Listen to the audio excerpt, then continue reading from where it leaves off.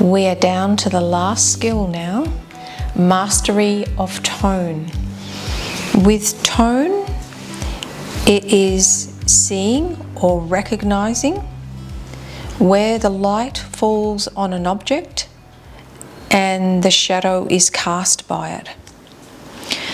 I've drawn a sphere here that I would like you to try to draw, and I will explain the different areas that we need to look at.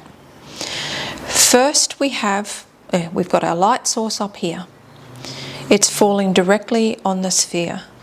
So that is your highlight, where the light falls directly on the object that you're drawing. Next area to look at is your cast shadow, which is here, the darkest area that is opposite where the highlight or where the light falls directly on the object. The cast shadow is the deepest shadow underneath the object. Now the two other areas that round out the form, because these two are fairly easy to see when you're looking at an object. You can usually pick up where the highlight is fairly easily, and you can usually pick up where the cast shadow is fairly easily. The two other areas to look out for that round out our form is the crest shadow. This is the shadow that falls in between the area of the highlight and the cast shadow. The crest shadow is the shadow that you can see around here. So that is our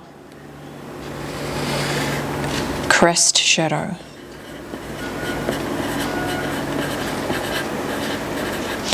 And the other area of light that you look out for is your reflected light.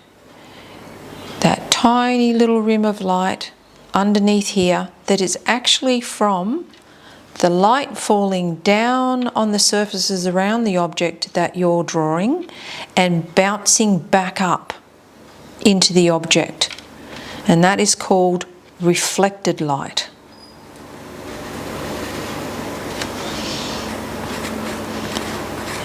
Now it takes a little bit of time to see these second two areas, the crest shadow and the reflected light.